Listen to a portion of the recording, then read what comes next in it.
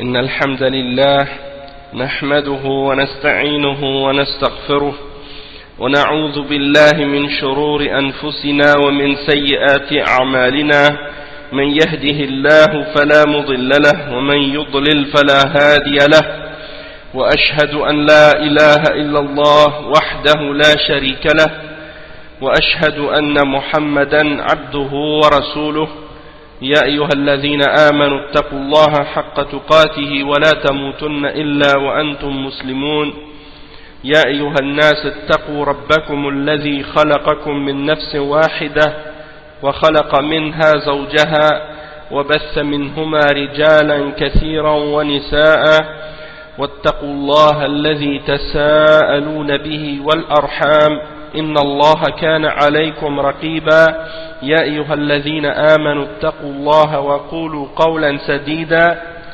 يصلح لكم أعمالكم ويغفر لكم ذنوبكم ومن يطع الله ورسوله فقد فاز فوزا عظيما أما بعد إن خير الكلام كلام الله وخير الهدي هدي محمد صلى الله عليه وسلم وإن شر الأمور محدثاتها وكل محدثة بدعة وكل بدعة ضلالة وكل ضلالة في النار أما بعد.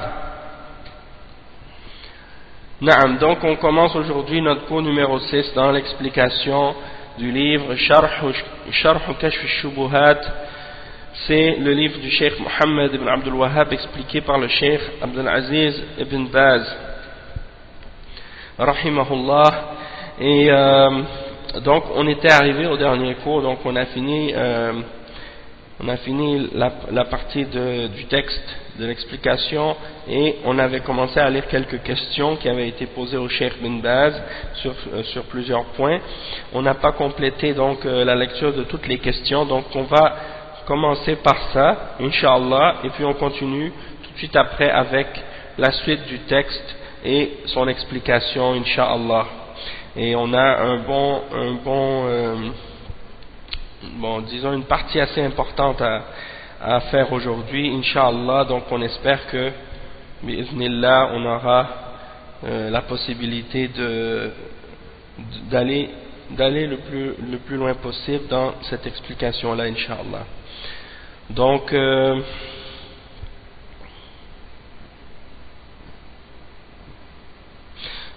on commence, Inch'Allah. La question suivante, c'était Man hum awliya Allah?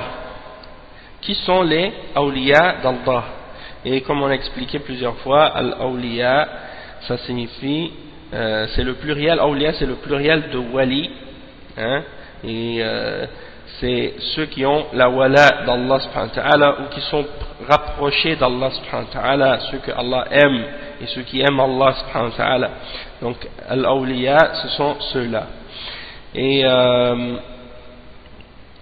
ça c'est sur le plan de qu'est-ce que ça signifie le mot lui-même linguistiquement. Puis les soufis parfois ils utilisent ce terme comme on l'a expliqué, mais ils l'utilisent à tort et à travers, et ils l'utilisent parfois dans le même sens que l'utilisent les chrétiens par exemple lorsqu'ils parlent de leurs saints, ou bien aussi par exemple les juifs et les hindous et les bouddhistes. Ils attribuent à des hommes pieux des caractéristiques surnaturelles et ils leur donnent des caractéristiques même divines. Donc c'est des exemples d'exagération au sujet des hommes pieux, et donc eux ils les appellent comme ça awliya, ou bien ils les appellent aussi asiyad ou sayyid, hein? Et donc c'est pour dire, ils leur donnent des attributs divins et ils les invoquent en dehors d'Allah, et ils font même des pèlerinages à leur tombe, et ils croient parfois que ceux-là ont le contrôle de l'univers, ou qu'ils connaissent le ghaib, hein, et en particulier même qu'ils leur donnent aussi des degrés, hein, c'est-à-dire ils donnent aux saints, aux différents saints qu'ils ont, une certaine hiérarchie dans les différents degrés de saints qu'ils ont. Au-dessus il y a le Rawsh ou le Qutb qu'ils appellent, parfois même ils l'appellent aussi le Qutb al-Qutb, le Qutb du Qutb. Qutb, ça veut dire un pôle. Donc il l'appelle le pôle. Donc, et parfois, comme je dis, il l'appelle même le pôle du pôle. Et il croit donc que celui qui est le pôle, eh bien, il a le contrôle du ghaib, il a le contrôle de l'univers, il connaît le ghaib, il peut, en tout cas, tu lui demandes ce que tu veux, il te le donne. Ils ont complètement oublié Allah subhanahu wa ta'ala, ils ont mis ces hommes-là à la place. Et puis il y en a d'autres à d'autres degrés. Il y a comme par exemple ce qu'ils appellent Al-Awtad, et il y a d'autres degrés aussi également que je n'ai pas mémorisé, mais bon, c'est pour dire que ces choses-là sont bien connues dans les livres des soufis. Et ça fait partie de leurs fausses croyances et de leurs superstitions, qui sont nombreuses. Donc c'est ça, manhum al-awliya. Donc selon Ahl Sunnah wal Jama'a, qui sont les awliya d'Allah? Donc la réalité c'est que le cheikh il répond, il dit hum al-mu'minun al-muti'u lillahi wa li rasulihi. Allahu yaj'alna wa iyyakum minhum. Kullu man ata'a Allah wa rasulahu wastaqama 'ala al-haqq huwa min awliya illah. Donc le cheikh il répond, il dit, c'est aussi simple que ça. Le cheikh il répond, il dit ce sont les croyants. Donc al-awliya, les awliya d'Allah, ce sont les croyants. Celui qui obéit à Allah et à son messager, c'est un wali d'Allah. Et qu'il dit que Allah fasse de nous ainsi que de vous des awliya, et qu'il fasse qu'on soit parmi eux. Toute personne qui obéit à Allah et à son messager et qui s'est tenu fermement sur la vérité, qui est resté sur la vérité, eh bien il fait partie des awliya d'Allah. Donc c'est pas comme les soufis s'imaginent que il y a une catégorie spéciale d'êtres humains qui ont des caractéristiques semi-divines ou divines, et puis il y en a qui font des miracles à volonté, qui ont des pouvoirs magiques et surnaturels, que ce sont eux les awliya. Ça c'est des mensonges, des calomnies. Et alhamdulillah, les awliya ce sont les hommes pieux et les saints, les gens qui croient en Allah, qui s'écartent de ce qui est haram et qui font ce qui est obligatoire.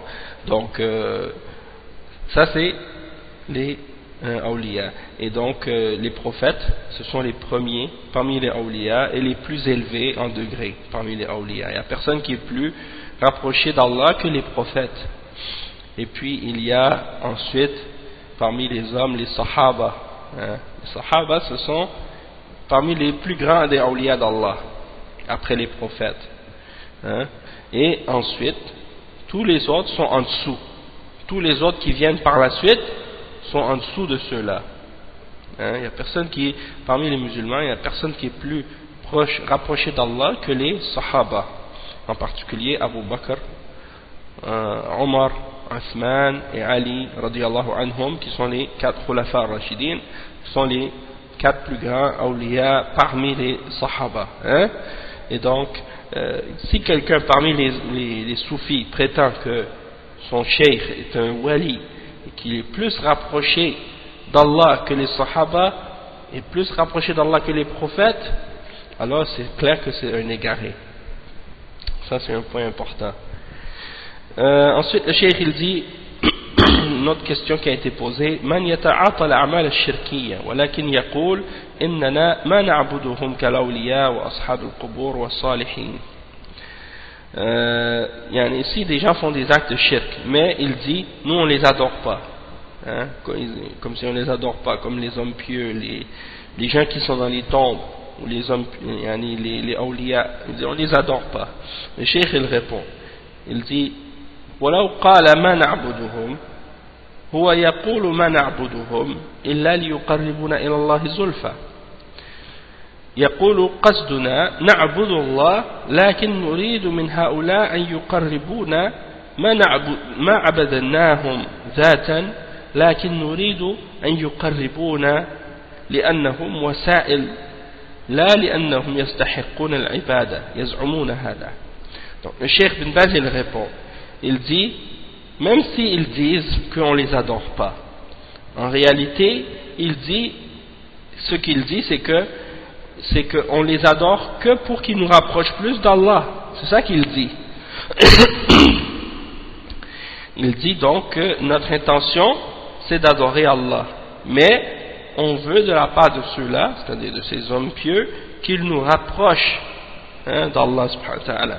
Donc on ne les adore pas pour eux-mêmes, mais on veut qu'ils nous rapprochent d'Allah. Donc pour eux, il dit, ce sont nos intermédiaires, ce sont nos moyens pour accéder à Allah, non pas parce qu'eux méritent l'adoration. Ça c'est ce qu'ils prétendent. C'est ça leur logique, leur soi-disant raisonnement, mais bien entendu on a les preuves que tout ça c'est faux, puis on va expliquer les preuves de ça dans qu'est-ce qui va suivre. Une autre question, ما يعرف أن الذبح عبادة والنذر عبادة. Donc le cheikh on lui pose la question, il dit la personne en question qui adore les awliya et qui dit on les adore pas, elle dit que la question ça dit qu'il ne sait pas que le fait de sacrifier c'est une adoration, ou le fait de faire un vœu pieux c'est une adoration, il ne sait pas ça. Le cheikh il répond, il dit yu'allam alladhi la ya'rifu yu'allam al-jahil yu'allam. Donc le cheikh il dit il doit être enseigné, on doit lui apprendre. Donc s'il ne le sait pas, on doit lui apprendre. L'ignorant, on doit lui apprendre. Une autre question, hal yuhkamu alayhi bishirk. Est-ce qu'on doit juger qu'il est sur le shirk? La réponse, الجواب يحكم عليه بالشرك ويعلم. أما سمعت الله يقول أم تحسب أن أكثرهم يسمعون أو يعقلون إنهم إلا كالأنعام بل هم أضل سبيلا. قال جل وعلا ولقد ذرأنا لجهنم كثيرا من الجن والإنس لهم قلوب لا يفقهون بها ولهم أعين لا يبصرون بها ولهم آذان لا يسمعون بها أولئك كالأنعام بل هم أضل أولئك هم الغافلون وما وراء هذا تنديدا لهم نسأل الله العافية. Donc le cheikh il répond, est-ce qu'on juge à leur sujet qu'ils sont sur le shirk? Donc Cheikh Bin Baz dit, on juge qu'ils sont sur le shirk et on l'enseigne, on lui enseigne en même temps. Donc, on juge la personne comme étant sur le shirk et on lui enseigne en même temps. N'as-tu pas entendu le verset dans Surat Al-Furqan, le verset 44, où Allah subhanahu wa ta'ala dit, est-ce que tu penses que la plupart d'entre eux entendent ou réfléchissent? Ils ne sont que comme des bêtes. Ils ne sont que comme des bêtes, mais même qu'ils sont plus égarés encore du chemin. Et le verset 179 dans Surat Al-A'raf, où Allah subhanahu wa ta'ala dit, nous avons préparé pour l'enfer beaucoup d'entre les djinns et les hommes. Ils ont des cœurs mais ils ne comprennent pas. Ils ont des yeux mais ils ne voient pas avec. Et ils ont des oreilles mais ils n'entendent pas avec. Ceux-là sont comme les bestiaux. Même qu'ils sont plus égarés encore. Ceux-là sont les insouciants. Donc, ça c'est qu'est-ce que le cheikh explique. Donc lui, le cheikh il dit, donc ce sont des gens qui sont dans le shirk, qui font le shirk, et il faut leur apprendre. Il faut leur apprendre. La question ensuite c'est ما معنى قوله تعالى إنا هديناه السبيل إما شاكرا وإما كفورا. Donc ils ont posé la question au cheikh au sujet du verset dans Surat Al-Insan. Nous l'avons guidé sur le chemin, soit il sera reconnaissant, ou bien soit il sera ingrat. Et la réponse, le cheikh il dit Inna hadaynahu as-sabil dallalnahu wa waddahna lahu.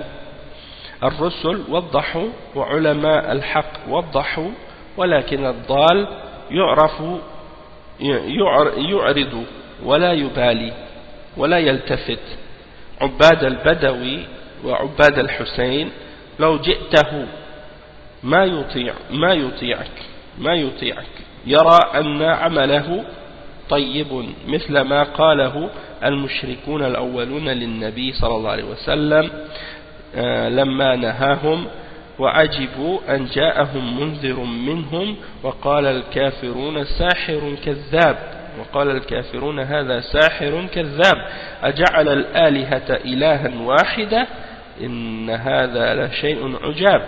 هذا كلامهم نعوذ بالله. أئنا لتاركوا آلهتنا لشاعر مجنون بل جاء بالحق وصدق المرسلين نسأل الله العافية. Le cheikh il dit quelle est la signification de la... Donc le cheikh il répond à ce verset, à propos de ce verset, il dit inna hadaynahu, c'est-à-dire nous lui avons indiqué, nous lui avons clarifié. Donc le cheikh il dit nous lui avons clarifié le chemin, la voie. Les messagers ont clarifié et les ulama de la vérité ont clarifié également, mais l'égaré il se détourne et il ne donne aucune importance, il ne se tourne pas vers la vérité. Donc c'est comme les gens qui adorent Al-Badawi, celui qu'on appelle Al-Badawi en Égypte, qui est enterré à la ville de Tanta. Les gens font des pèlerinages à sa tombe. Donc les gens qui adorent Al-Badawi et les gens qui adorent Al-Hussein, donc il y a des gens qui adorent aussi Al-Hussein, le petit-fils du prophète sallallahu alayhi wa sallam. Il y en a qui vont à sa tombe à Karbala, et qui vont faire des pèlerinages là-bas parmi les Rafidah et également parmi les musulmans d'Ahl Sunnah. Il y en a qui vont en Égypte parce qu'ils disent que sa tête est enterrée en Égypte, et qui font des pèlerinages à sa tombe là-bas aussi. Allah musta'an. Donc tout ça c'est des exemples. Et le cheikh il dit si tu vas leur voir pour leur parler, ils ne vont pas t'obéir, ils ne vont pas t'écouter. Ils pensent que son action elle est bonne, et il dit la même chose que ce que les mushrikoun disaient au temps du prophète sallallahu alayhi wa sallam, lorsque le prophète sallallahu alayhi wa sallam leur interdisait de faire le shirk. Il mentionne les versets 4 et 5 dans Surat Sad où Allah subhanahu wa ta'ala dit wa'ajibu, et ils se sont étonnés qu'un avertisseur leur vienne de par eux-mêmes, et les mécréants disent celui-ci n'est qu'un sorcier, un menteur. A-t-il fait de toutes nos divinités une divinité unique? Cela est certes une chose étonnante. Et ça c'est leur parole, na'udhu billah. Et ils disent également allons-nous abandonner toutes nos divinités pour un poète fou? Et Allah subhanahu wa ta'ala répond, il dit certes il est venu avec la vérité et il a confirmé ce que les messagers ont ramené avant lui. Donc ça c'est le verset 36 dans Surat Saffat. Il dit nasallallahu al-afiyah. Ensuite la question man huwa al-munafiq wa hal yu'lam annahu munafiq. Donc la question c'est qui est le munafiq, qui est l'hypocrite, et est-ce qu'il sait qu'il est hypocrite, ou est-ce qu'on peut savoir qu'il est un hypocrite?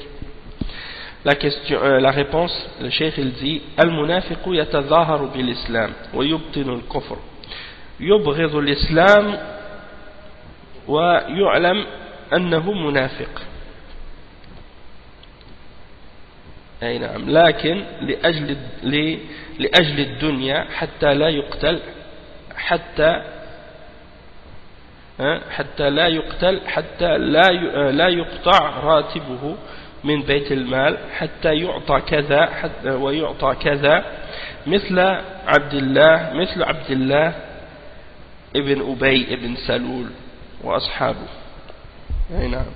Donc il dit, le cheikh il dit le munafiq c'est celui qui montre qu'il appartient à l'islam, il montre qu'il est musulman mais il cache le kufr dans son cœur, il cache qu'il est mécréant et il déteste l'islam. ويعلم أنه منافق. Il dit on peut savoir que c'est un munafiq, mais à cause de la dunya, hein, pour ne pas se faire, pour pas perdre les privilèges qu'il a de la dunya quand il est parmi les musulmans, pour pas se faire tuer parce qu'il veut pas se faire exécuter, pour pas qu'on lui coupe son salaire de Bayt al-Mal, hein, pour qu'on lui donne telle ou telle chose, il cache sa mécréance, comme par exemple Abdullah ibn Ubay ibn Saloul et ses compagnons. Donc ça c'est ce qu'on appelle al-munafiqun, ceux qui ne croient pas en l'islam mais qui montrent qu'ils sont musulmans. Une autre question, az-zindiq hal tuqbal tawbatuhu? Est-ce qu'on accepte la repentance du zindiq, l'hérétique? Le cheikh il répond, il dit إذا تاب إلى الله فيما بينه وبين الله صح إذا صدق. Donc le cheikh il répond, il dit s'il s'est repenti entre lui et Allah et qu'il est sincère dans sa repentance, donc dans ce cas-là sa repentance sera acceptée. En fait, az-zindiq, c'est l'hypocrite. Et il y a différentes explications des ulama à propos du zindiq. Certains disent que c'est l'hypocrite qui, après avoir été attrapé, se repent à chaque fois. Il se repent à chaque fois. Et certains ulama ont dit que sa repentance n'est pas acceptée. D'autres ont dit que oui, elle est acceptée entre lui et Allah s'il est sincère, comme Cheikh bin Baz vient de dire. Toutefois, certains disent qu'il doit être exécuté, malgré qu'il est sincère. Et d'autres ont dit que s'il montre les preuves de sa sincérité, il peut être laissé. Comme par exemple certains parmi les zanadiqa qui faisaient partie des sectes d'hérétiques et qui ont dévoilé les secrets de la mécréance de ces différentes sectes et qui sont revenus à l'islam, et ils ont ramené par exemple les livres de ces gens-là, puis ils ont montré aux musulmans le coffre qu'ils cachent et ainsi de suite, et ils les ont démasqués, dévoilés. Donc ça c'était des preuves de leur sincérité. Certains ulama ont dit bon, des gens qui agissent de cette façon-là, ils montrent les plans et les ruses et les égarements de ces gens-là, donc ça c'est c'est une preuve de sincérité de leur part. Donc ils acceptaient la repentance de certains d'entre eux, comme de cet exemple-là. Wallahu a'lam. Après le cheikh il dit as-su'al al-ulama alladhina yarawna al-'amma yaf'aluna ash-shirk wa yaskutuna 'an dhalika hal yuqalu bi kufrihim?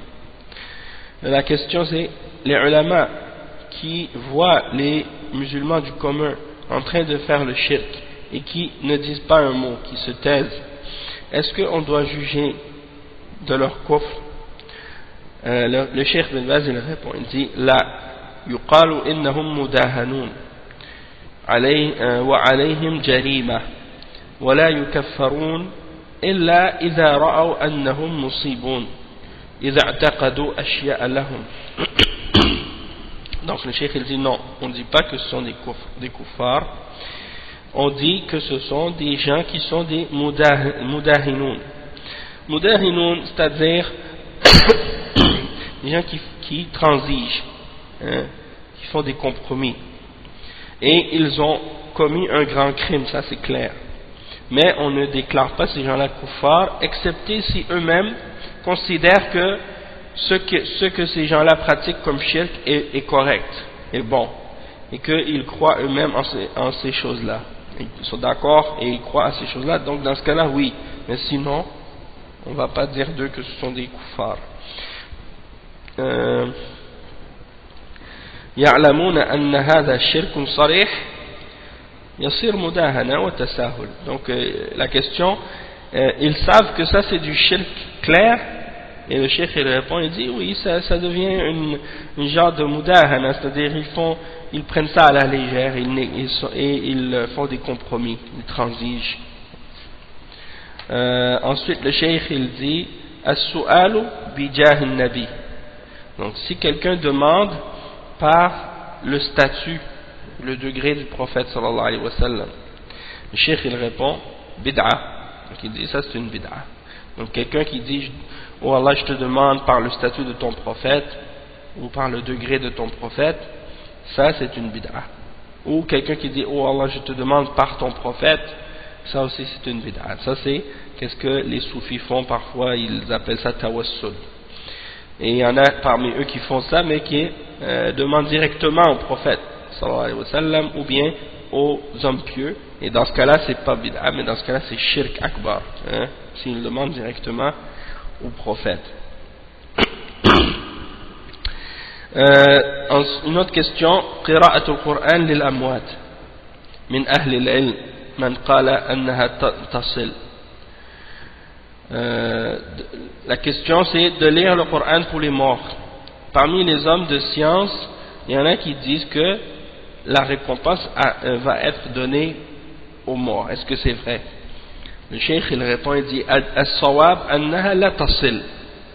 ذكر الشيخ تقي الدين أنها لا تصل بلا نزاع، فقراءة القرآن لا تصل ولا يجوز أخذ الأجرة عليها، فإنه لم يرد عن النبي صلى الله عليه وسلم ما يدل على وصولها، إنما جاء التقرب بالصدقات والحج والعمرة والدعاء بإجماع المسلمين، وهذا يصل وينفع للأموات. أما أن يقرأ عنهم ويقرأ لهم ما عليها دليل.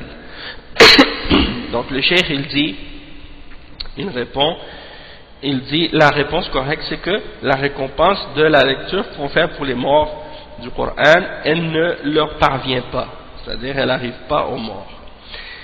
Il dit que le cheikh Taqiyuddin, et il parle probablement, il parle peut-être ici de Cheikh Ibn Taymiyyah, parce que Taqiyuddin c'est le surnom de Cheikh l'Islam Ibn Taymiyyah. Donc ذكر الشيخ تقي الدين أنها لا تصل بلا نزاع. Il a dit que la récompense elle ne leur parvient pas sans dispute, c'est-à-dire il n'y a aucun désaccord sur ça, il n'y a aucun désaccord que la lecture que quelqu'un fait du Coran pour un mort, elle ne lui parvient pas la récompense. Donc la récitation du Coran ne leur parvient pas, c'est-à-dire la récompense ne va pas leur parvenir, et ce n'est pas permis de prendre un salaire pour ça, parce que dans certains pays musulmans, lorsque quelqu'un est mort, il y en a des récitateurs du Coran, des hafiz du Coran ou bien des récitateurs du Coran qui sont spécialistes pour ça, c'est-à-dire qu'ils se tiennent quelque part et ils attendent que les gens viennent les appeler ou les chercher pour réciter le Coran pour eux lorsqu'il y a un mort, et ils reçoivent de l'argent pour faire ça. Donc le cheikh il n'est pas permis de prendre un salaire pour faire ça, et il dit parce que ça n'a pas été rapporté du prophète sallallahu alayhi wa sallam, et il n'y a rien qui vient du prophète sallallahu alayhi wa sallam qui indique que la récompense va parvenir aux morts pour la lecture du Coran. Il n'y a pas de preuve. Les preuves sont venues par rapport au fait de faire des sadaqat, comme par exemple si quelqu'un fait de la charité ou donne de l'aumône pour le mort, oui, ça il y a des preuves. Pour faire le hajj pour le mort, oui, il y a des preuves. La umrah, il y a des preuves.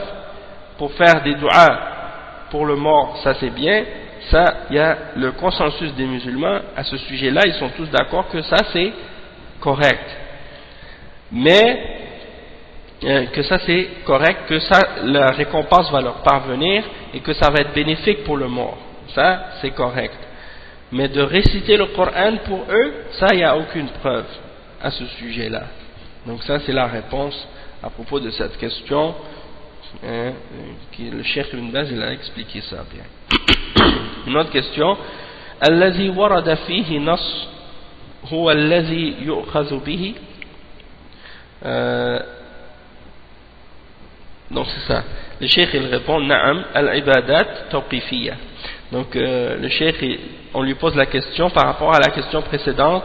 Donc celui qui a été mentionné dans les textes, c'est celui qu'on prend, c'est celui-là qu'on fait, qui est permis de faire, et le cheikh il répond, il dit oui, les adorations sont tawqifiyya, dans le sens que dans les questions qui ont rapport avec l'adoration, on doit s'arrêter et se limiter au texte, on ne peut pas dépasser qu'est-ce qui est dans le texte.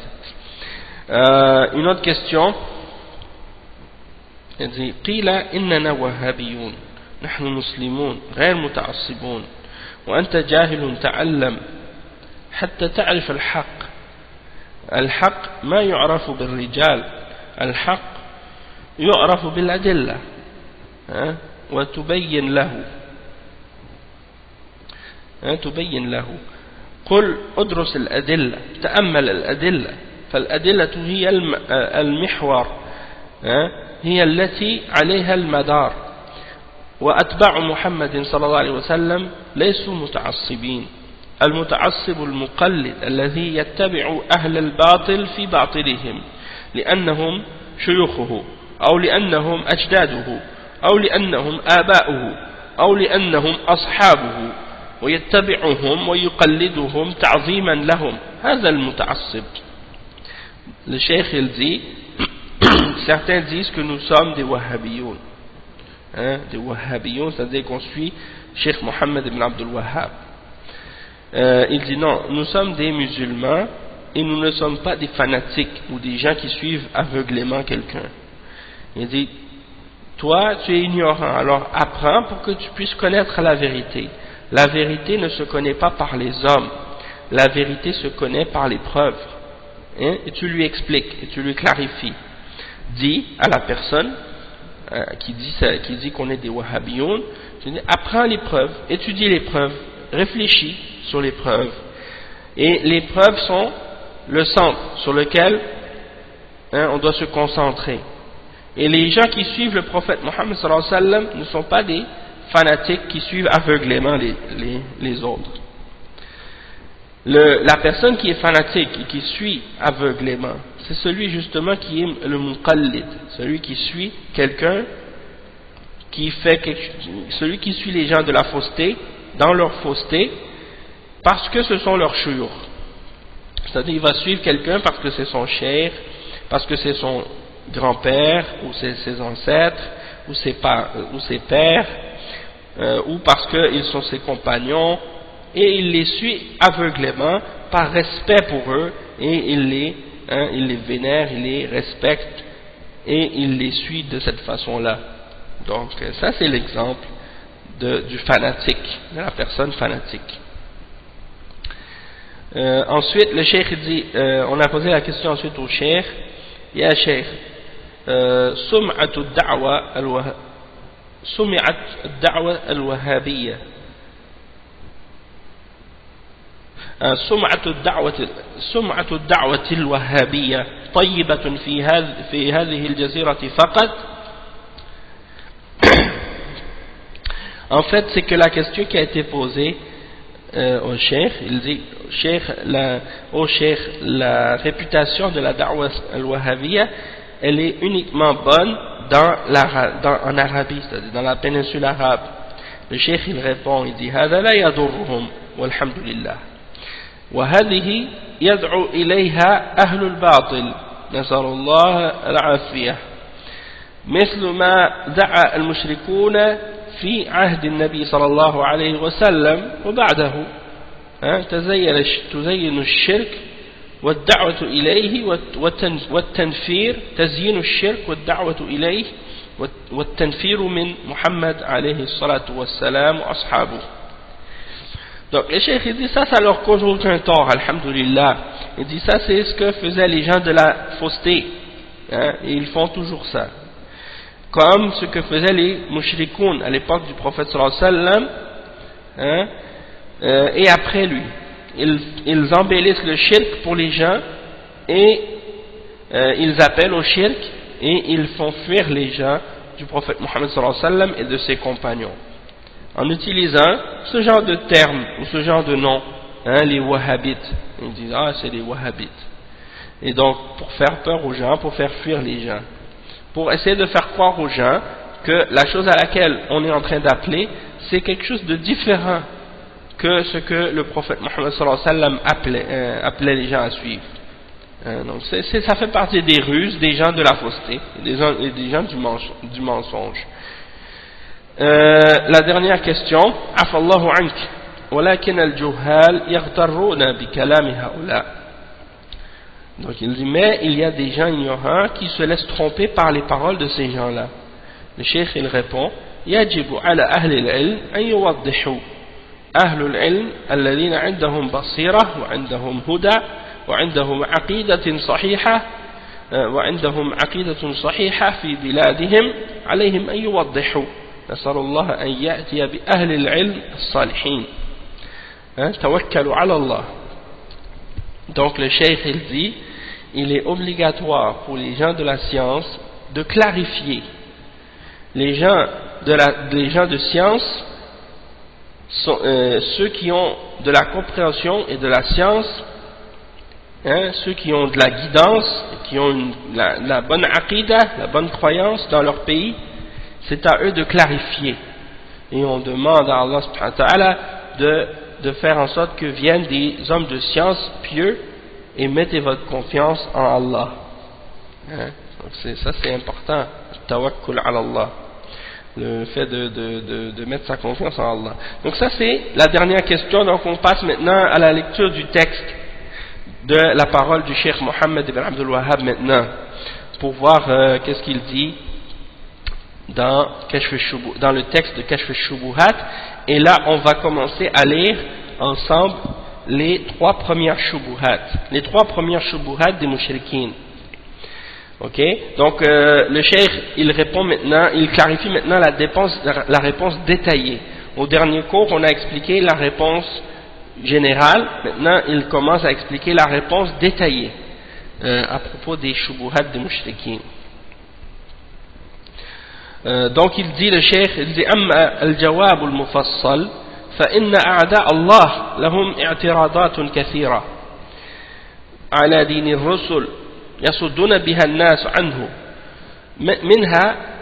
Donc ça c'est la première shubha, قولهم نحن لا نشرك بالله بل نشهد أنه لا يخلق ولا يرزق ولا ينفع ولا يضر إلا الله وحده لا شريك له وأن محمدا صلى الله عليه وسلم لا يملك لنفسه نفعا ولا ضرا فضلا عن عبد القادر أو غيره ولكن أنا مذنب والصالحون لهم جاه عند الله وأطلب من الله بهم.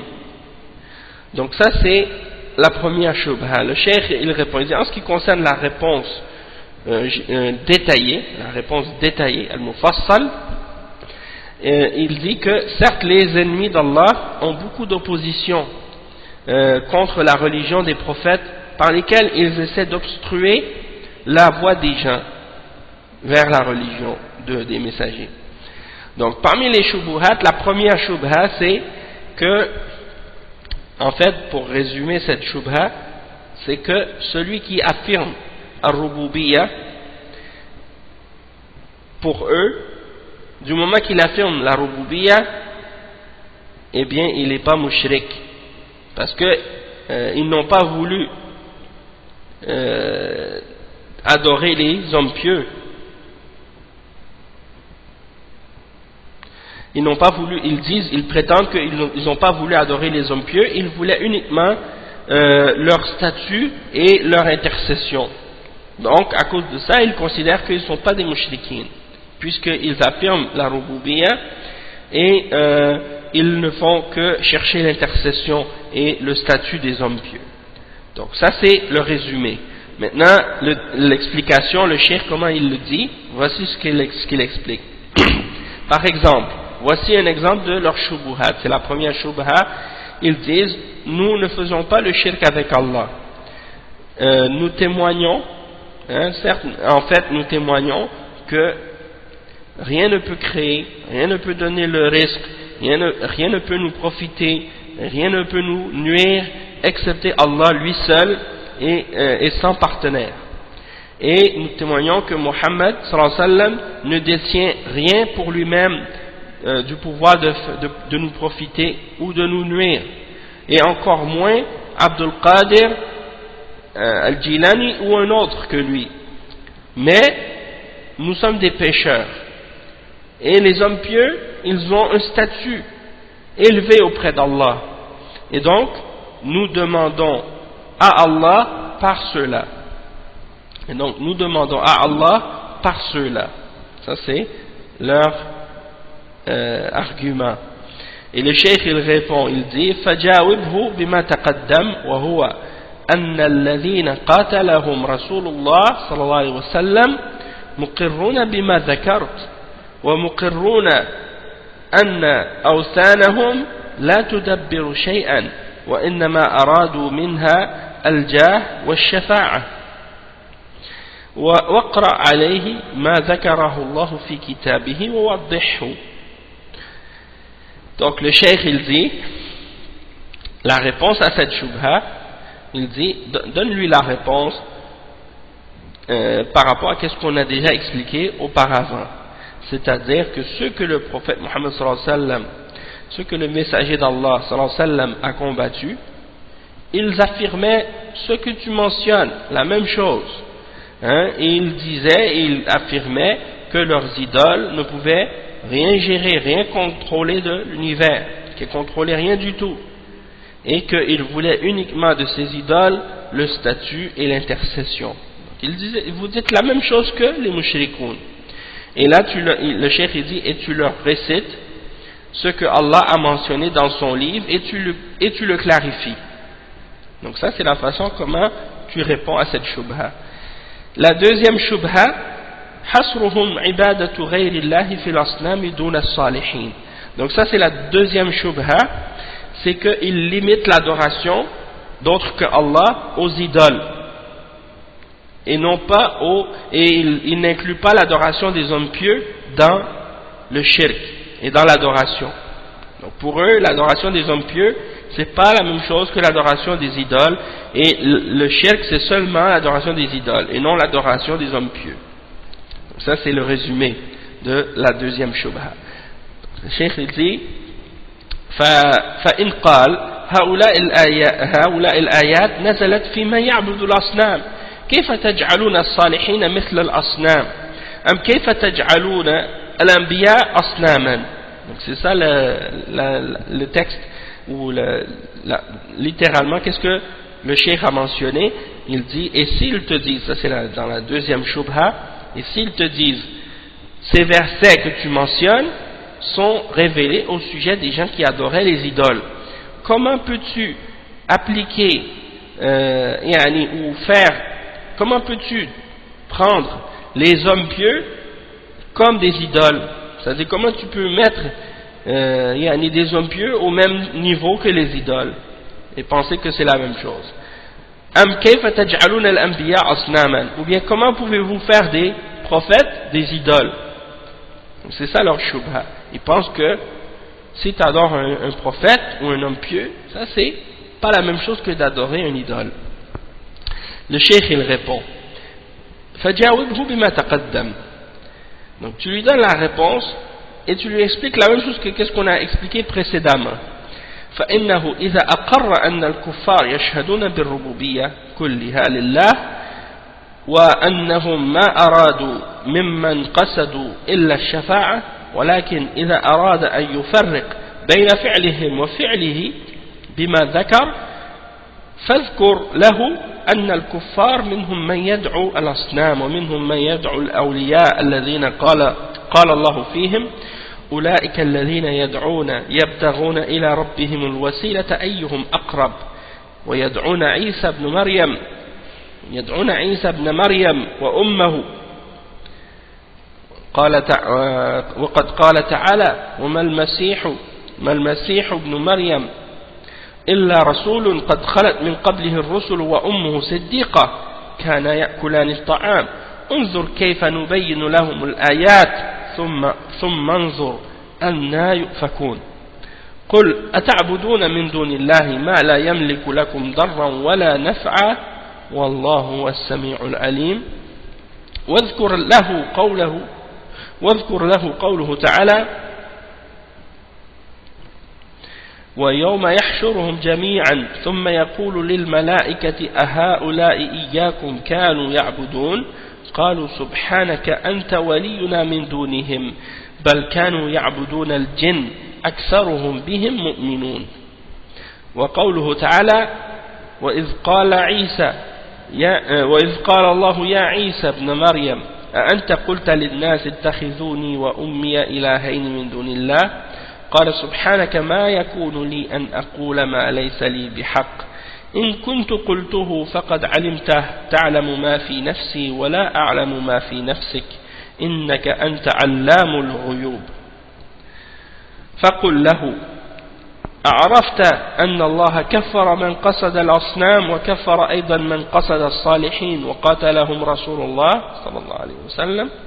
Donc c'est ça la deuxième shubha. Donc il dit tu lui donnes la réponse qu'est-ce qu'on a expliqué précédemment, puis si il est d'accord et il affirme que les kuffars témoignaient de la rububiyya, qu'elle appartient tout à Allah subhanahu wa ta'ala, et que les mushrikoun à l'époque du prophète sallallahu alayhi wa sallam, ils ne se rapprochaient de ces idoles que parce qu'ils voulaient de l'intercession, hein, mais si ils essaient par la suite de faire une distinction entre l'action des mushrikoun et leurs actions à eux avec les hommes pieux,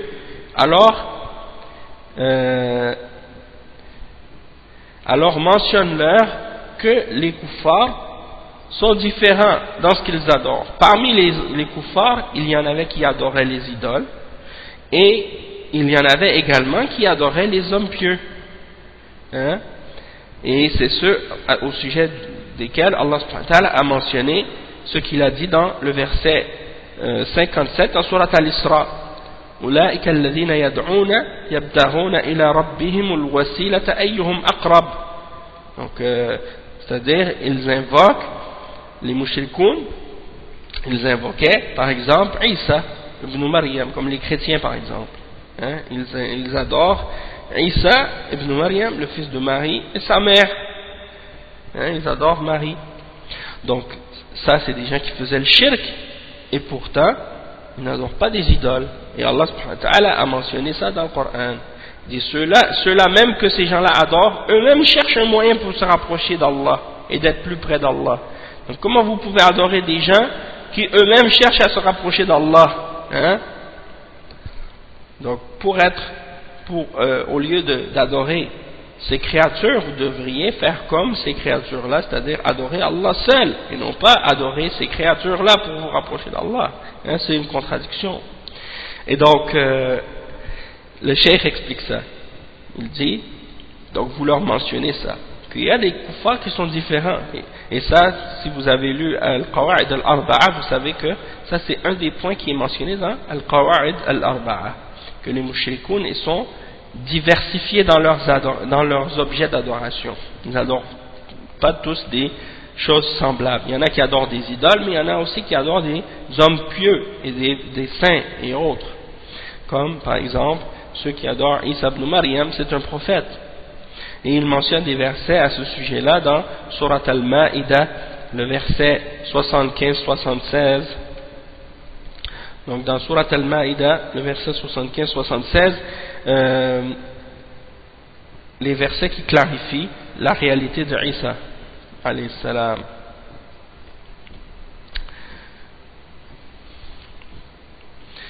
Et là, le Messie, Al-Masih, fils de Marie, n'était qu'un messager. Des messagers sont passés avant lui, et sa mère était une véridique, Siddiqa. Et tous les deux consommaient de la nourriture, tous les deux mangeaient de la nourriture. Vois comment nous leur expliquons les preuves, puis comment ils se détournent. Adorez-vous au lieu d'Allah ce qui n'a le pouvoir ni de vous nuire, ni de vous faire du bien. Or c'est Allah qui est l'audient et l'omniscient. Donc ces versets-là, c'est pour montrer que ceux qui adorent Isa ibn Maryam et qui adorent sa mère, eh bien ils n'ont pas le pouvoir, ils n'ont aucun pouvoir de nous nuire ou de nous profiter, donc ils ne méritent pas d'être adorés. C'est seul Allah subhanahu wa ta'ala qui mérite d'être adoré. Et Il mentionne même aussi qu'ils mangeaient de la nourriture, en voulant dire qu'ils ne sont pas divins, hein, ils ont des besoins, hein, et toute personne qui mange quelque chose, il a besoin de le faire sortir.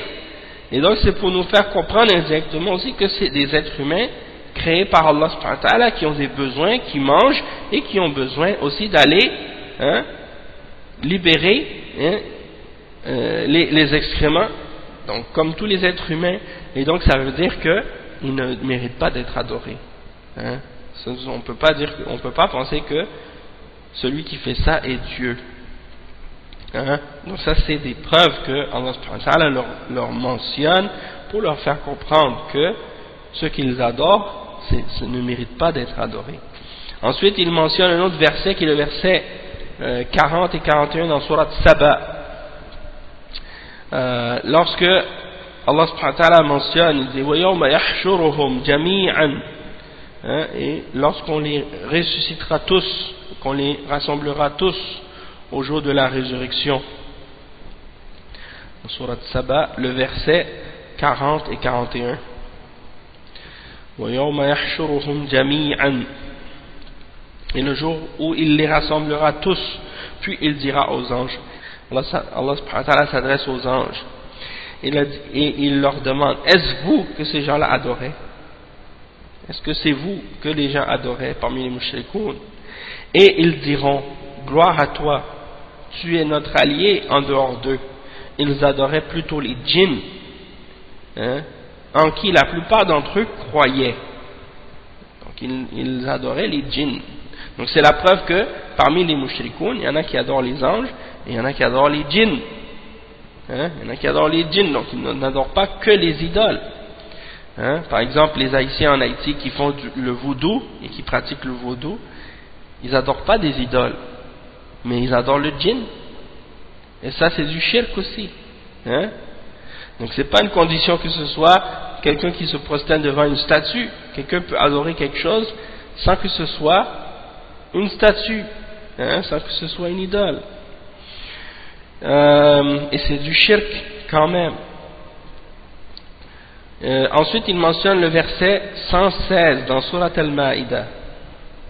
Rappelez-leur le moment où Allah dira, ô Jésus, Ya Isa, fils de Marie, est-ce toi qui as dit aux gens, prenez-moi ainsi que ma mère pour deux divinités en dehors d'Allah? Il dira, gloire et pureté à toi. Il ne m'appartient pas de déclarer ce que je n'ai pas le droit de dire. Si je l'avais fait, tu l'aurais su. Certes, tu sais ce qu'il y a en moi, et je ne sais pas ce qu'il y a en toi.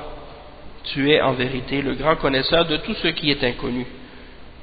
Hein, donc ça c'est les preuves que ces gens-là adoraient Isa, mais que c'est pas Isa qui leur a ordonné de faire ça, ni sa mère, mais c'était eux qui le faisaient, et le shaitan les a égarés là-dedans.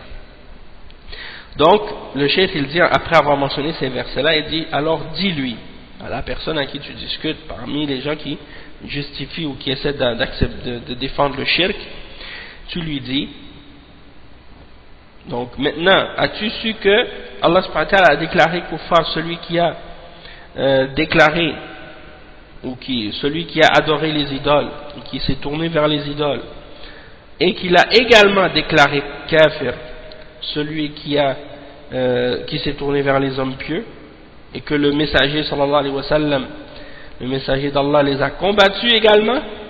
Est-ce que tu acceptes ça maintenant? Est-ce que tu es d'accord avec ça aussi? Que c'est pas seulement les adorateurs d'idoles qui ont été déclarés kuffar par Allah, mais également les adorateurs d'hommes pieux et de saints et de prophètes, hein, et que le messager d'Allah sallallahu alayhi wa sallam les a tous combattus sans exception. Alors le cheikh dit, فَإِنْ قَالَ الْكُفَّارِ يُرِيدُونَ مِنْهُمْ وَأَنَا أَشْهَدُ أَنَّ اللَّهَ هُوَ النَّافِعُ الضَّارُ الْمُدَبِّرُ لا أريد إلا منه. أي نعم. والصالحون ليس لهم من الأمر شيء ولكن أقصدهم أرجو من الله شفاعتهم. Donc ça c'est la troisième shubha ici. C'est la troisième shubha. lorsque le cheikh leur a mentionné donc ces preuves, et il leur a expliqué qu'il n'y a pas de différence entre les adorateurs d'idoles et les adorateurs des hommes pieux, eux ils disent, les kuffars, ils veulent quelque chose de ces hommes pieux là, hein, de ces idoles là. Ils disent, moi je veux, hein, je témoigne que Allah subhanahu wa ta'ala c'est le seul qui peut me profiter et qui peut me nuire, et je ne veux que de lui. Et les hommes pieux, ils ne possèdent rien, ils ne contrôlent rien de l'affaire. Mais il dit, je me tourne vers eux en espérant d'Allah leur intercession. En espérant d'Allah leur intercession. C'est-à-dire, ils pensent que le fait de chercher l'intercession des hommes pieux, ce n'est pas du shirk. ولكن أقصدهم أرجو من الله شفاعتهم. Donc ils se tournent vers eux en souhaitant d'Allah leur intercession. Allah al-Musta'an. Donc le cheikh il répond à cette shubha. Il dit فالجواب أن هذا قول الكفار سواء بسواء واقرأ عليه قوله تعالى والذين اتخذوا من دونه أولياء ما نعبدهم إلا ليقربونا إلى الله زلفى وقوله تعالى ويقولون هؤلاء شفعاؤنا عند الله. Donc, le cheikh il dit, ça c'est la parole des kuffars, c'est exactement la même chose, et tu leur récites les versets comme le verset 3 dans Surat Zumar, et ceux que vous avez pris et ceux qui ont pris des alliés en dehors de lui, c'est-à-dire en dehors d'Allah, ils disent, nous ne les adorons que pour qu'ils nous rapprochent un peu plus d'Allah. Et le verset 18 dans Surat Yunus, où Allah subhanahu wa ta'ala dit, et ils disent, ceux-là sont nos intercesseurs auprès d'Allah. Donc ça c'est exactement la même chose que les mushrikoun disaient à l'époque du prophète sallallahu alayhi wa sallam. Donc ça c'est la partie du texte, les trois premières shubuhat des mushrikoun, et ce sont les trois plus importantes que les mushrikoun à notre époque et à l'époque du cheikh ramenaient comme shubha pour justifier et défendre le shirk qu'ils font. Maintenant on va lire l'explication du cheikh bin Baz, rahimahullah, à propos de ces trois shubuhat. Le cheikh il dit, cheikh bin Baz رحمه الله يلزي هذا من المؤلف رحمه الله وهو الشيخ محمد بن عبد الوهاب بن سليمان بن علي التميمي الحنبلي رحمه الله شيخ الإسلام في زمانه وهو المجدد لمن درس من معالم الإسلام في هذه الجزيرة في النصف الثاني من القرن الثاني عشر المتوفى سنة 600 وألف من الهجرة النبوية فقد وفقه الله حتى بلغ الدعوة لما رأى الناس في جاهلية جهلاء وعبادة الأولياء والأصنام والأشجار والأحجار شرح الله صدره للدعوة فقام بها بعدما درس في الحرمين على مشايخ الحرمين وبعدما سافر أيضا إلى العراق وأخذ عن بعض علماء العراق ورجع واشتغل بالدعوة في العقد الخامس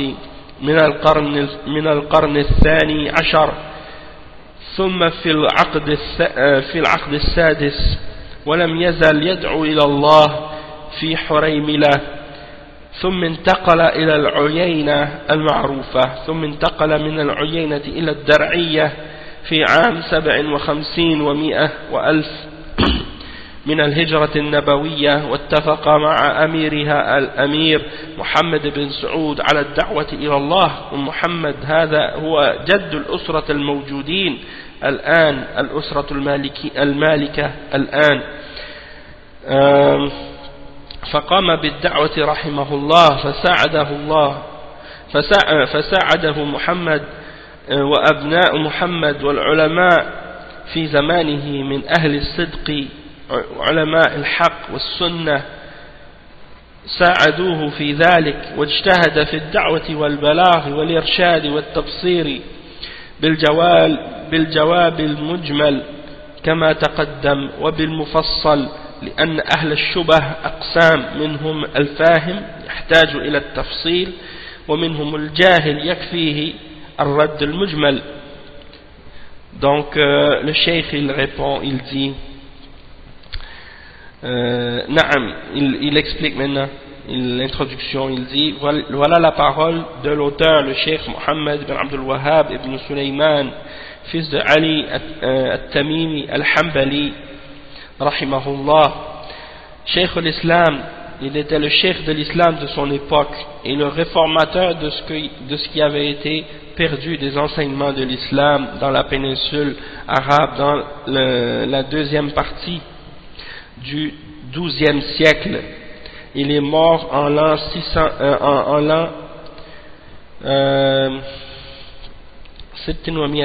1206. Il est mort en l'an 1206 après la hijra du prophète sallallahu alayhi wa sallam, et Allah subhanahu wa ta'ala lui a donné le succès jusqu'à ce qu'il soit capable de faire la da'wah, lorsqu'il a vu les gens dans une ignorance, dans une grande ignorance, en train d'adorer les hommes pieux et les idoles et les arbres et les pierres.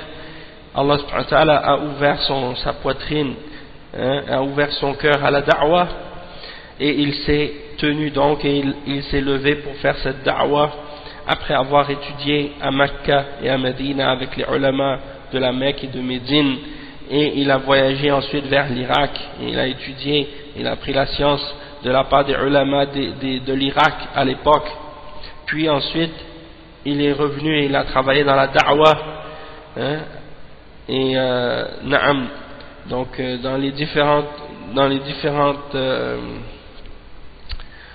parties du XIIe siècle dans lesquelles il a vécu. Donc il a dans les différentes décennies il a fait la da'wah et appelé les gens dans différentes villes.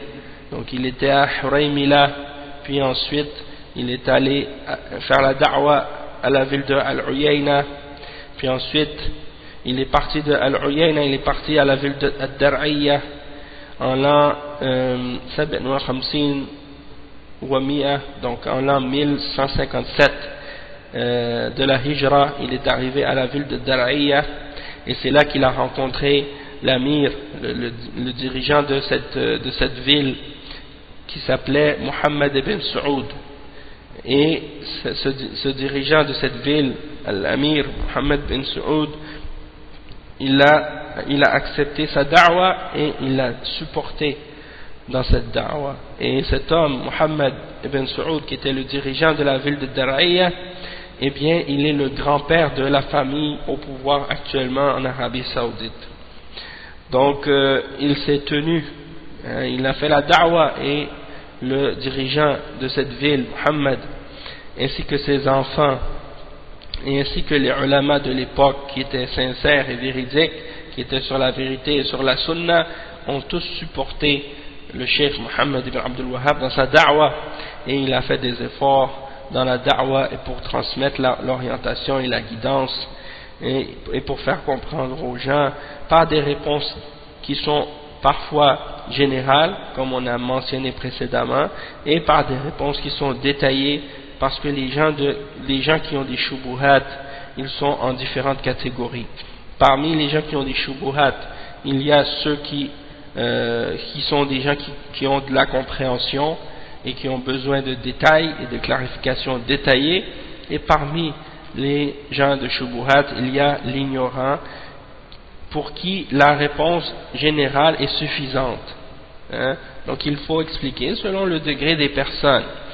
Donc le cheikh il répond, il continue l'explication, il dit al-maqsoud أن أعداء الله من المشركين لهم شبه يشبهون بها الناس على دين الرسل ويلبسون بها على الناس فلهذا ذكر الجواب المفصل الذي يرد به على المشركين. Donc qu'est-ce qu'on veut dire ici? Le cheikh il dit que c'est que les ennemis d'Allah subhanahu wa ta'ala parmi les mushrikoun, ils ont beaucoup de shubuhat par lesquels ils essaient de confondre les gens au sujet de la religion des messagers, et ils essaient de les mélanger dans leur compréhension de la religion. Alors le cheikh il a mentionné maintenant la réponse détaillée à ce que les mushrikoun ont ramené comme argument pour essayer de mélanger les gens dans la religion. فإذا قالوا لا تجعلون مثل الكفار الأولين فالكفار الأولون يعبدون الأصنام هبل وما هبل ونحن ما نعبد الأصنام بل نتوسل بالصالحين والأنبياء والأخيار. Donc ils ont dit, les mushrikoun, ils ont dit ne faites pas de nous des kuffars comme les premiers d'entre les kuffars. Les premiers adoraient les idoles comme Hubal et nous on n'adore pas d'idoles, on cherche à se rapprocher par les hommes pieux, par les prophètes et par les meilleurs d'entre les hommes, hein? On cherche à se rapprocher d'Allah par les meilleurs d'entre les hommes. Le cheikh il répond, il dit fanaqul, donc le terme qui est employé c'est bal natawassal, c'est-à-dire il cherche un moyen pour se rapprocher d'Allah, hein? Il cherche un moyen, c'est le terme le tawassul, hein, que souvent les soufis utilisent. Le cheikh il dit fataqulu lahu anta fa'alta mithla ma fa'alu وما هم يعبدون الأصنام وحدها يعبدون الأصنام ويعبدون الأنبياء ويعبدون الصالحين مثل ما ذكر الله عنهم عبدوا اللات وهو رجل صالح وعبدوا عيسى وأمه وعيسى نبي وأمه صالحة وعبدوا الأولياء إلى غيرهم من سائر الصالحين فهم مثلهم. Donc le cheikh il dit tu leur dis, tu leur réponds, tu as fait la même chose que ce que ces gens-là ont fait, c'est-à-dire que les mushrikoun ont fait. Eux, ils n'adorent pas seulement les idoles, ils adorent les idoles et ils adorent aussi les prophètes et ils adorent les hommes pieux, comme ce que Allah a mentionné à leur sujet. Ils adorent par exemple Allat, hein? Et Allat, c'était un homme pieux, hein? Qui donnait de la nourriture, hein, au Hujjaj avant l'islam, et les gens l'ont pris comme un exemple et ils ont fait de lui une idole par la suite et les gens l'ont adoré, mais alors à l'origine c'était un homme pieux, hein? Et également ils adorent Isa et sa mère, et Isa alayhi salam c'est un prophète et sa mère Maryam c'est une femme pieuse, donc c'est pas des idoles mais c'est quand même des gens qui les adorent et qui font du shirk avec eux. De même que ils adorent les hommes pieux aussi, hein, et d'autres parmi les gens qui font des bonnes œuvres et qui faisaient beaucoup de bonnes choses. Donc ils sont la même, vous êtes la même chose que ceux qui adorent ces êtres-là. فإذا قال أنا لا أشرك بالله شيئا وأنا أعرف أن الله هو الخلاق الرزاق المدبر المحيي المميت ولكني أطلب منهم الشفاعة وأتوسل بالله أن يقربوني إلى الله تقول له هذا هو دين المشركين اعبدوا الله وحده وادعوه وحده لا تدعوا مع الله الأصنام ولا الأنبياء والصالحين الدرب واحد سواء دعوت نبيا أو صالحا أو صنما أو شجرا كله شرك بالله لا يجوز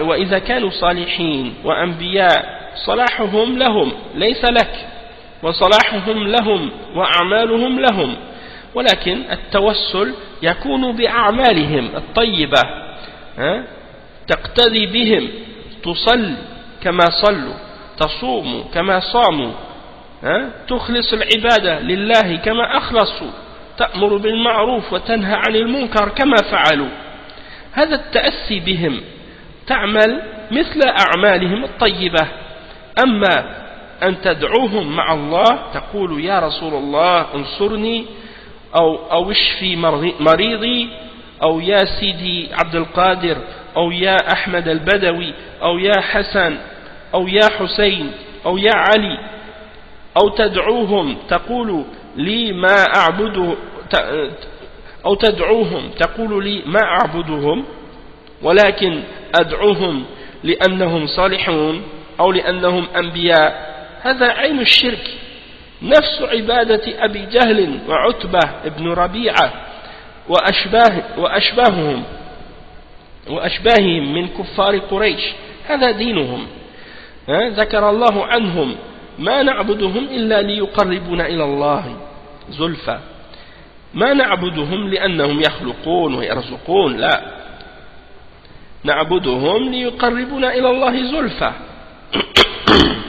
وقال تعالى في حقهم ويعبدون من دون الله ما لا يضرهم ولا ينفعهم ويقولون هؤلاء شفعاؤنا عند الله فالله قال عنهم فما تنفعهم شفاعة الشافعين. Donc le cheikh il explique il explique très bien, très clairement.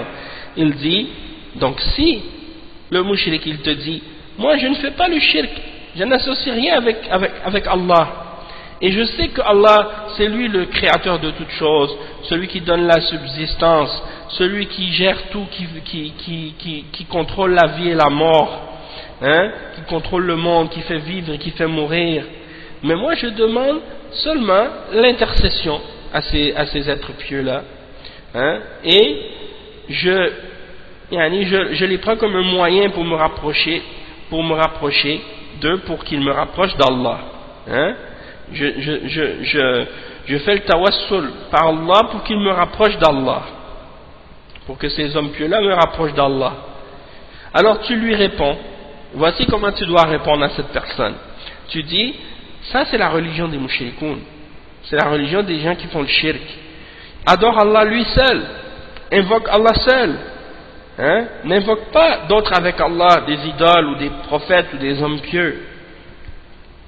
Donc la voie que tu dois suivre c'est une voie unique, et qu'est-ce que tu suis?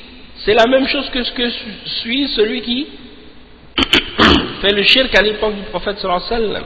Donc le cheikh il leur dit, la voie c'est la même, que tu dis que tu invoques un prophète ou un homme pieux ou une idole ou un arbre, tout ça c'est du shirk avec Allah, ce n'est pas permis, c'est pas seulement les idoles, tout ce que tu adores en dehors d'Allah c'est du shirk, que ce soit un prophète, un homme pieux, une idole, un arbre, tout ça c'est du shirk, ce n'est pas permis. Et si le cheikh il dit, si c'était des hommes pieux et des prophètes que tu invoques, ou à qui tu demandes, ou pour qui tu demandes, tu demandes qu'ils te rapprochent d'Allah ou des choses comme ça, eh bien sache que le fait qu'ils soient pieux, leur piété ne leur sert qu'à eux-mêmes, et non pas à toi. Leur piété elle est pour eux, elle n'est pas pour toi. Leurs bonnes œuvres c'était pour eux, c'est pas pour toi. Alors toi, si tu fais le tawassul, eh bien fais en sorte que ce soit en imitant leurs bonnes actions et en les prenant comme des modèles dans ces bonnes actions là, comme par exemple tu dis je vais prier comme eux ont prié, je vais jeûner comme eux ont jeûné, je vais purifier mon adoration pour Allah seul comme eux ont purifié leur adoration pour Allah seul, et je vais ordonner le bien et interdire le mal comme eux ont ordonné le bien et interdit le mal.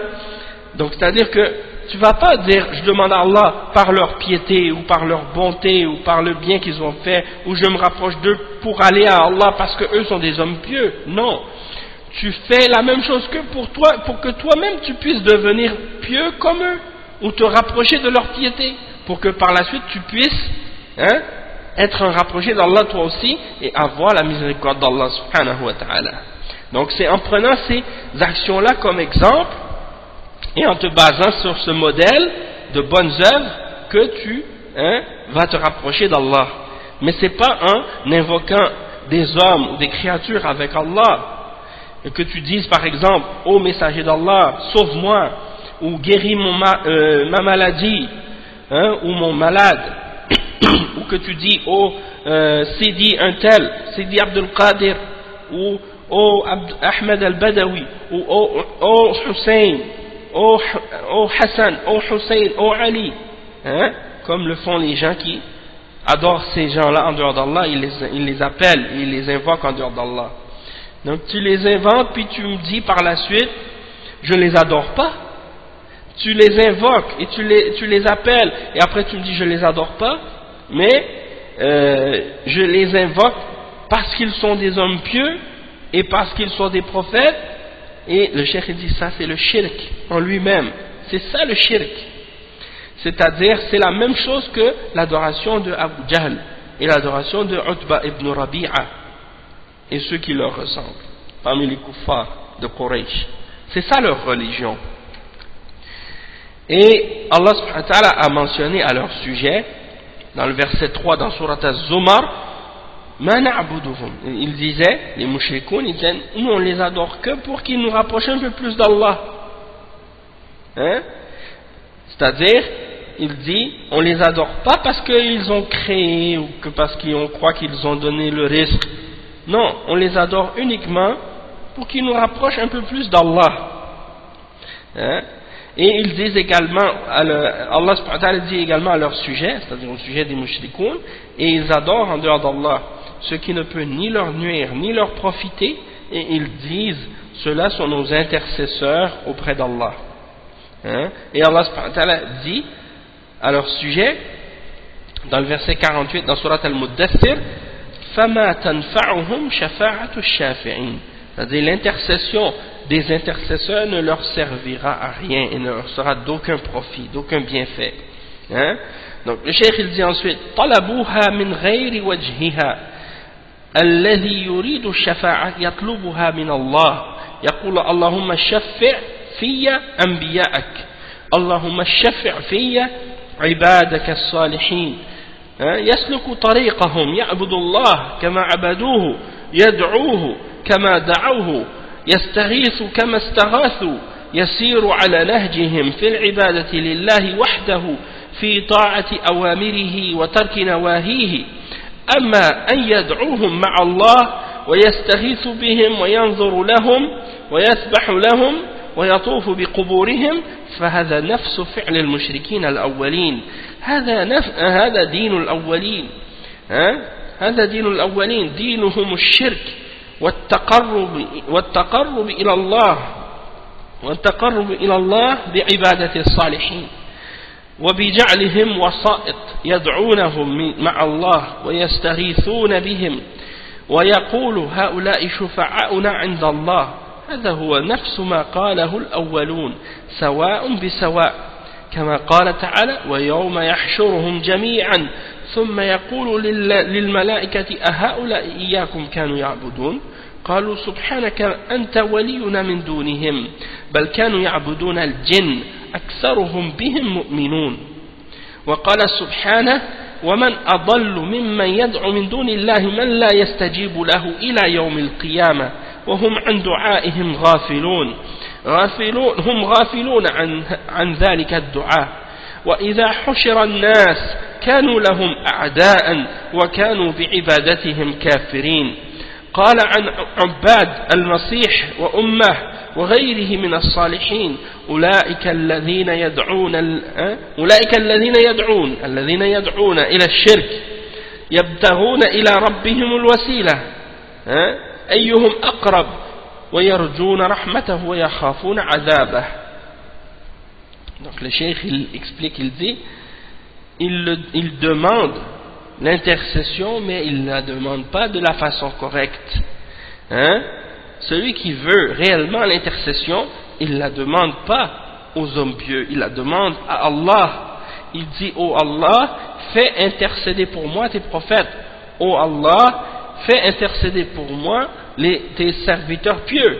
Donc il demande à Allah et il suit leur voie, il suit leur exemple, il adore Allah comme eux ont adoré Allah, il invoque Allah comme eux ont invoqué Allah, il appelle au secours Allah comme eux ont appelé Allah au secours dans les moments de détresse. Ils n'ont pas demandé à des hommes pieux, ils n'ont pas invoqué le nom des hommes pieux, ils demandaient à Allah directement. Et donc toi, fais la même chose et adore Allah seul et invoque Allah seul et appelle le nom d'Allah seul, comme eux, ces hommes pieux-là faisaient.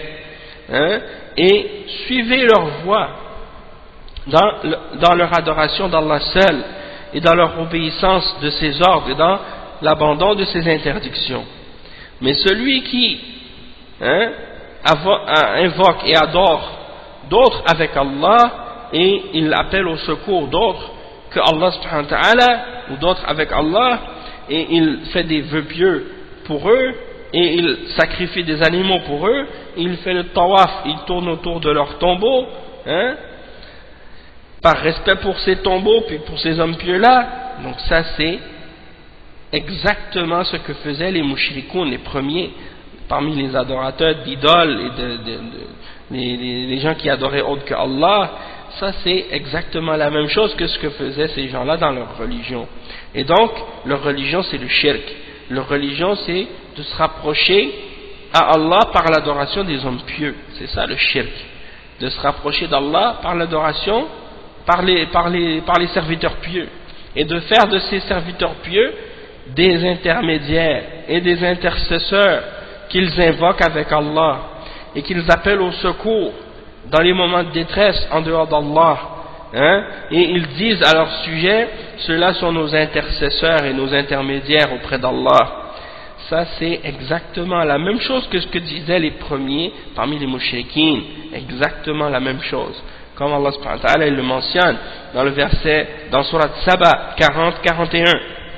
Et le jour où ils seront tous ressuscités, puis on dira aux anges, est-ce ceux-là, hein, est-ce que c'est vous que ceux-là adoraient? Et ils diront, c'est-à-dire les anges vont dire, gloire à toi, tu es notre protecteur en dehors d'eux, notre allié en dehors d'eux. Mais certes ils adoraient les djinns, hein, et la plupart d'entre eux croyaient en les djinns. Et il mentionne le verset 5 et 6 dans Surat Al-Ahqaf, où Allah subhanahu wa ta'ala dit, et qui est plus égaré que celui qui invoque, hein, mimman yad'u min dunillah, et qui est plus égaré que celui qui invoque en dehors d'Allah, celui qui ne peut pas lui répondre jusqu'au jour de la résurrection, et qui sont indifférents et insouciants à leurs invocations. C'est-à-dire que les gens qu'ils adorent, hein, les hommes pieux qu'ils adorent sont indifférents de leurs invocations.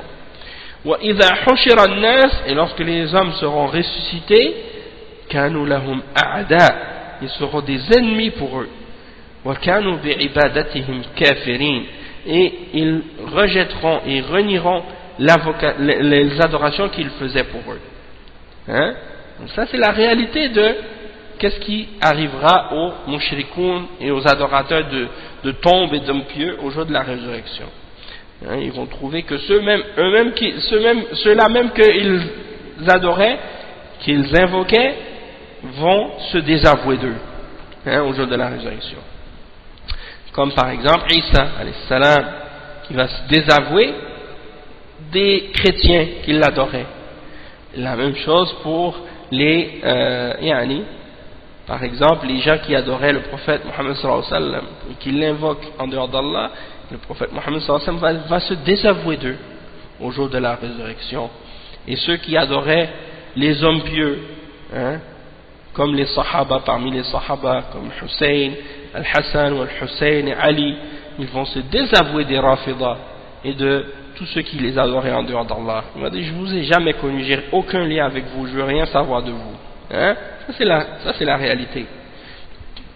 Il dit, وقال عن عباد المسيح وأمه, donc à propos des gens qui adoraient le Messie, Jésus et sa mère, alayhi salam, et d'autres parmi les hommes pieux, ceux-là, ceux qui invoquent, hein, c'est-à-dire ceux qui appellent au shirk, hein, ils invoquent des hommes pieux qui eux-mêmes cherchent le moyen pour se rapprocher le plus d'Allah, et ils espèrent en sa miséricorde et ils craignent son châtiment. Tandis que les mushrikoun, eux, essaient de se rapprocher d'eux au lieu de se rapprocher d'Allah. Le cheikh il dit, هذا شأنهم يعبدون الله يتقربون إليه ويخافونه ويرجونه هم أولياء صالحون. Donc les hommes pieux, eux, qu'est-ce qu'ils font? Ils adorent Allah, ils se rapprochent d'Allah, ils craignent Allah seul, ils mettent leur espoir en Allah seul. Hein? Ça c'est les prophètes et les hommes pieux, c'est ça ce qu'ils font. فإن كنت صادقا تريد أن تتبعهم فاعمل كأعمالهم ولا تعبدهم هم عبيد مثلك هم عبيد مثلك مخلوقون مرزوقون ما يملكون لك ضرا ولا نفعا كما أنك مقر بذلك ولا يملكون لأنفسهم ضرا ولا نفعا ولا يملكون موتا ولا حياة ولا نشورا. Donc, le cheikh il dit, donc si vraiment tu es sincère et que tu veux les suivre, ces hommes pieux, alors fais comme eux. Adore Allah subhanahu wa ta'ala seul et ne les adore pas eux. Eux sont des esclaves, des serviteurs d'Allah comme toi. Et ils ont leur subsistance d'Allah comme toi. Et ils sont créés comme toi. Et ils ne détiennent rien.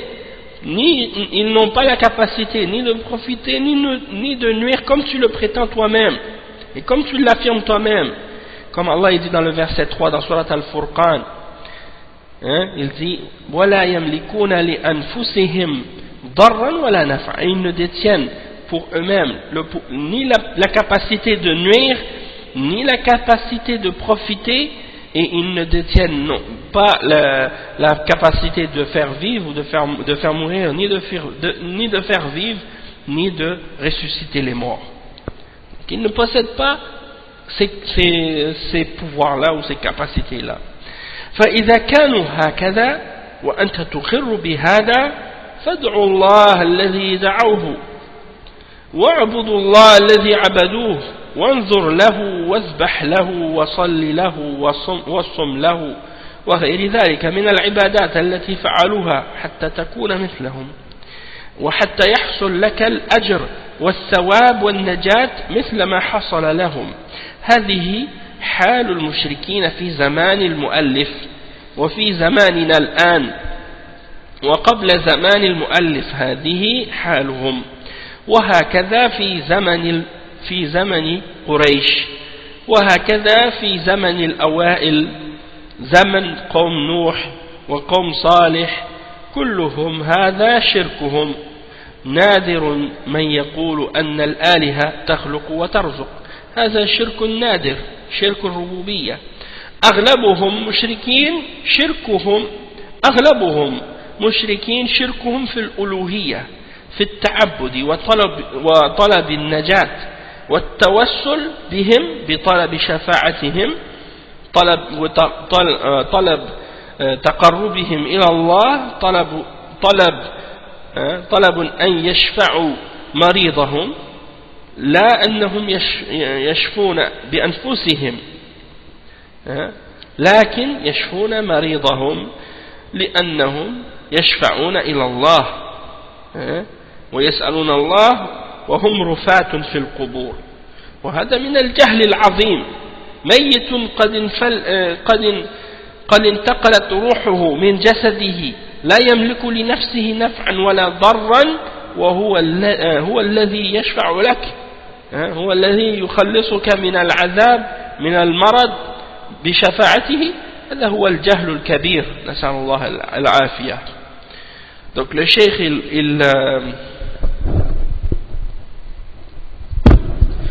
il explique ensuite, il dit donc s'ils sont ainsi et toi tu affirmes cela, c'est-à-dire que tu affirmes qu'ils ne détiennent pas la capacité de nuire ou de profiter, tu es d'accord avec ça, alors invoque Allah, invoque celui que eux invoquaient, adore Allah celui que eux adoraient, et sacrifie et fait des vœux et prie et jeûne pour lui seul, et toutes les autres adorations que tu fais parmi les adorations, eh bien fais-les comme eux les faisaient pour Allah seul, et ainsi Inch'Allah tu seras comme eux, et tu te rapprocheras de leur exemple, et pour que tu puisses avoir par la suite la récompense et le salut comme eux sont arrivés à obtenir cette récompense et ce salut. Et voilà, le cheikh dit, et ça c'est l'état des mouchriquines à l'époque de l'auteur, du cheikh Mohammed ibn Abdul Wahhab, et également à notre époque aujourd'hui. Ça n'a pas changé, il y a encore des gens à notre époque qui font les mêmes choses que ce que faisaient les gens à l'époque du Cheikh Mohammed ibn Abdul Wahhab dans les pays musulmans, et même avant le Cheikh Mohammed ibn Abdul Wahhab dans le monde musulman, ces pratiques-là et ces croyances-là sont répandues et sont dispersées et propagées partout, dans les villes, dans les villages, dans les campagnes, dans les montagnes, un peu partout dans les pays musulmans. Tu trouves des gens qui adorent des tombes et des morts, hein, et qui vénèrent leurs chouyours et leurs hommes pieux et leurs saints, hein. Et tu trouves ça, c'est des pratiques qui sont même chez les juifs et chez les chrétiens, et c'est de eux que ça vient souvent, et chez les hindous et chez les bouddhistes, hein, et tu trouves ça partout, hein. Tu vois chez des gens qui sont bouddhistes ou autres, et dans leur maison ils vénèrent leurs ancêtres, et ils croient, hein, que leurs ancêtres sont capables d'entendre leurs prières et de les protéger, ou des choses de ce genre. Tout ça c'est des exemples de shirk que ces gens-là font, et aujourd'hui ils se disent musulmans et ils font la même chose, hein? Allah al-Musta'an. Donc le cheikh il dit, ça c'est l'état de ces gens-là, et c'était la même état que les gens à l'époque des mouchriquines de Quraysh, hein? Et donc c'est ainsi que à l'époque des premiers parmi les mouchriquines, c'était la même chose aussi à l'époque de Nuh alayhi salam, quand ils ont commencé à faire le shirk avec les idoles, avec les statues qu'ils avaient fabriquées des hommes pieux à leur époque, comme Wad et Suwa', wa Yaghouth, wa Ya'ouq, wa Nasr, la même chose, hein, la même chose. Donc c'est ça leur shirk. Il dit leur shirk, la plupart de leur shirk c'est comme ça. Et les gens qui font le shirk par rapport à leur divinité et qui croient que ces divinités-là sont elles qui ont créé et qui donnent la subsistance, ça c'est très rare parmi les hommes, hein? C'est très rare que tu vas rencontrer un mushrik qui adore une idole ou qui adore un homme, hein, ou un animal, puis qu'il croit que c'est cet homme ou cet animal qui a créé le monde. Très rare, tu ne vas pas trouver ça. Ça c'est très rare. Le shirk dans la rububiyya, il est plus rare que le shirk dans l'ibada. La plupart des gens qui font le shirk, ils font du shirk dans l'adoration, dans le fait de demander le salut, dans le fait de chercher l'intercession, hein, et de prendre les hommes pieux pour se rapprocher d'Allah subhanahu wa ta'ala et leur demander de les rapprocher d'Allah, hein. Ils demandent aux hommes pieux de ramener leur invocation à Allah pour eux, ou de demander à Allah de guérir leurs malades, ou de demander, hein, parfois ils ne demandent pas aux hommes pieux de guérir les malades eux-mêmes, mais ils demandent aux hommes pieux de demander à Allah pour eux, alors qu'ils sont morts, hein, alors qu'ils sont morts et enterrés, qu'ils sont devenus de la poussière dans la terre. Eh bien ils leur demandent de demander à Allah pour eux. Et ça c'est du shirk, hein? Et ça c'est la grande ignorance. Un mort, son âme a été séparée de son corps, il ne possède aucun pouvoir ni pour lui-même, il ne peut ni nuire ni profiter, hein, pour quiconque, hein? Et il n'a pas le pouvoir d'intercéder et de te sauver du châtiment ou de la maladie par son intercession. Ça c'est de l'ignorance. Donc si tu veux la guérison, si tu veux l'intercession, si tu veux quoi que ce soit, qu'est-ce que tu veux ou tu désires, demande-le à Allah. Demande directement à Allah, et demande seulement à Allah et à personne d'autre, et demande pas par le nom de quiconque, hein, demande directement et clairement et uniquement à Allah subhanahu wa ta'ala. C'est ça le tawhid, hein? T'as pas à essayer de mentionner le nom de quelqu'un d'autre avec le nom d'Allah. Demande à Allah seul. Allah il suffit. Alaysa Allahu bikafin abdah, alaysa Allahu bikafin abdah. Hein? Allah subhanahu wa ta'ala il dit dans le Coran, n'est-ce pas que Allah est suffisant pour son serviteur? N'est-ce pas que Allah est suffisant pour son serviteur? Pourquoi tu as besoin de mentionner le nom de quelqu'un d'autre? Pourquoi tu as besoin de demander à quiconque autre que Allah? Allah ne te suffit pas? Hein, donc ça c'est très très important de comprendre ça. Ça c'est le premier point, hein, les 3 premières shubuhat qui ont été clarifiées donc et expliquées et réfutées donc dans les paroles du cheikh ici. On va s'arrêter maintenant, puis on continue Inch'Allah la semaine prochaine.